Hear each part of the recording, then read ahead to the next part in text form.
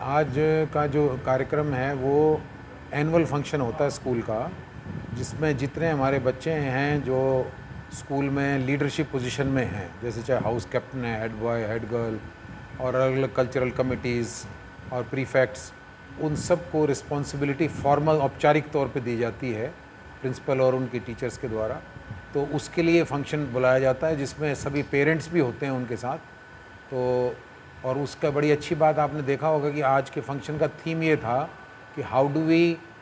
Develop leaders of tomorrow. तो जिस तरह से एक छोटी लीडरशिप की पोजीशन स्कूल में जो है ये लेते हैं, उसी प्रकार से लाइफ में आगे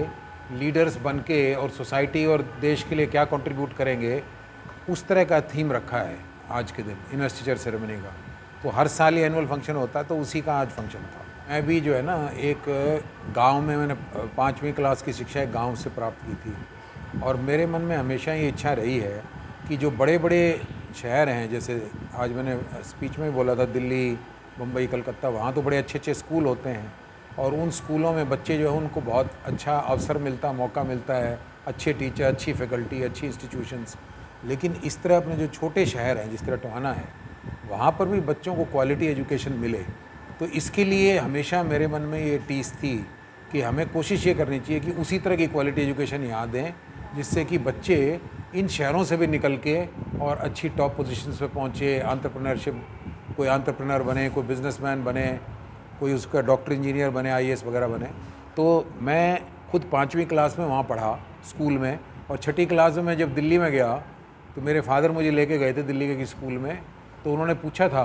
कि भाई आपको अंग्रेज़ी आती है? तो आपको पता ही है, पहले आपको ध्यान होगा, आप भी शायद इस तरह के स्कूल में पढ़ोगे, 5वीं क्लास तक हरियाणा में अंग्रेज़ी नहीं पढ़ाई जाती थी और 6ठी में पहली बार पढ़ाई जाती थी। तो सिर्फ 2 ऐसे याद थे मुझे, दी काऊ एंड माई फ्रेंड, और वो हैरान हो गए कि भाई इनको, मैंने कहा भाई, लेकिन बड़े कॉन्फिडेंस से बोला मैंने कि भाई ये मुझे 2 आते हैं, उसके अलावा आप मैथमेटिक्स में और किसी सब्जेक्ट में मेरे से कुछ ही पूछो। तो बाद में वो इतने इम्प्रेस हुए कि ठीक है, कोई बात नहीं, अंग्रेज़ी जो है ना यहाँ स्कूल में पढ़ लेगा बच्चा, लेकिन कम से कम इसको बाकी सब्जेक्ट्स की पूरी नॉलेज है। तो मेरा तभी से मानना है कि अपने बच्चे चाहे छोटे शहर से हों, ये तो खैर इंग्लिश मीडियम स्कूल है, को एजुकेशनल स्कूल है, जहाँ बच्चे, आपने देखा होगा कि बहुत स्मार्टली ड्रेस हो गए, और ज़्यादातर जब पिछली बारी मैंने पूछा था क्या बनना चाहते हो, तो सबकी बड़ी अच्छी एस्पिरेशंस हैं। कोई एंटरप्रेन्योर बनना चाहता है, कोई बिजनेसमैन, कोई एडवोकेट, कोई डॉक्टर, इंजीनियर। बड़ी खुशी होती है कि भाई बच्चों के अपने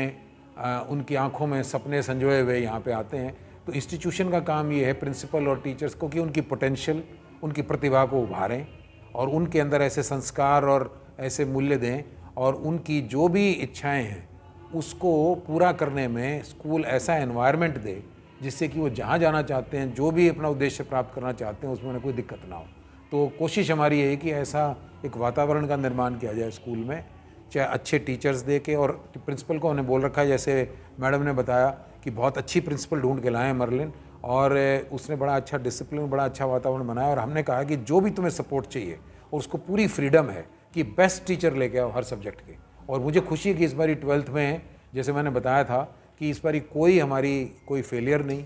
सारे के सारे पास, कोई 3rd डिविजनर नहीं, और 2nd डिविजनर भी 3 थी मेरे ख्याल, सिर्फ 2 या 3। और अगली बार से कहा है कि कोई 2nd डिवीजन होना चाहिए। हमने टारगेट ये रखा है कि 10th में और 12th में अगले 3 साल में सिर्फ 1st डिवीजन और डिस्टिंक्शन होल्डर्स होने चाहिए स्कूल। नहीं, मैं खुद, जैसे मेरी भी इच्छा है कि जितनी भी बेस्ट कोचिंग एकेडमीज़ हैं उनके साथ हमारी बातचीत चल रही है। हम कोशिश करेंगे जो अच्छी से अच्छी एकेडमी पहली बात तो लेके आएँ, और उसके बाद मैंने अपने जो मेरे बैचमेट हैं आईएएस और जो दोस्त हैं उनसे बात की है कि भाई अगर मैं आपको बुलाऊंगा यहाँ शहर में लेक्चर देने के लिए, बच्चों को गाइड या मेंटोर करने के लिए, और ख़ुद तो मैं आऊँगा ही आऊँगा,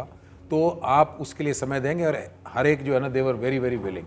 वो खुश थे इस बात से कि भाई छोटे शहर में आके अगर मान लिया बच्चों को प्रेरित करना पड़े, उत्साहित करना पड़े और अपना समय देना पड़े, तो उसके लिए तैयार है। तो उसके लिए हम भूमिका और अपना वातावरण तैयार कर रहे हैं, और मुझे पूरी उम्मीद है कि बहुत अच्छी एकेडमी हम कोशिश करेंगे कि उसकी यहाँ पर हम स्थापना कर सकें। और उसके बाद मैं भी समय दूंगा उसमें, मैडम भी होंगी, और अपने बाकी बैचमेट्स के माध्यम से हम कोशिश करेंगे बच्चों को एनकरेज करें कि वो यहाँ से आईएएस और एचसीएस बन के निकलेंगे। यहाँ पे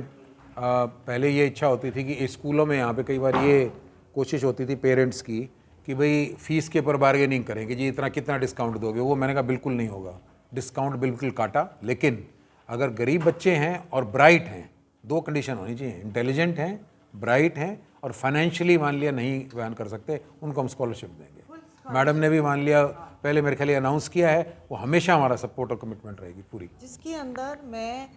जो बच्चे हैं उनको यहाँ हॉस्टल में रखूँ और पूरे दिन उन पे ध्यान करके पढ़ाई करवा के, क्योंकि वो डिसिप्लिन घर पे रह नहीं पाता है, तो मैं शुरुआत करूँगी प्रीलिम्स क्लियर करने वाला, कि हमारा बच्चा पहले कोई प्रीलिम्स क्लियर कर ले, तो उसकी मैं एक यहाँ पे कोचिंग सेंटर बनाऊँगी और रेजिडेंशियल बनाऊँगी, एक गुरुकुल बनाऊँगी जिसके अंदर उन जैसे अपने यहाँ कोटा में बना हुआ है। और यकीनन ये बात सच है कि वहाँ से बहुत सारे डॉक्टर्स और आईआईटी निकलते हैं। आईएएस की एकेडमी शायद एक बिहार में और हरियाणा में कहीं नहीं है, तो मैं यहाँ पे रेजिडेंशियल गुरुकुल आईएएस, बस मेरा ये आईएएस एंड एचसीएस, ये मेरा उसके ऊपर फोकस है।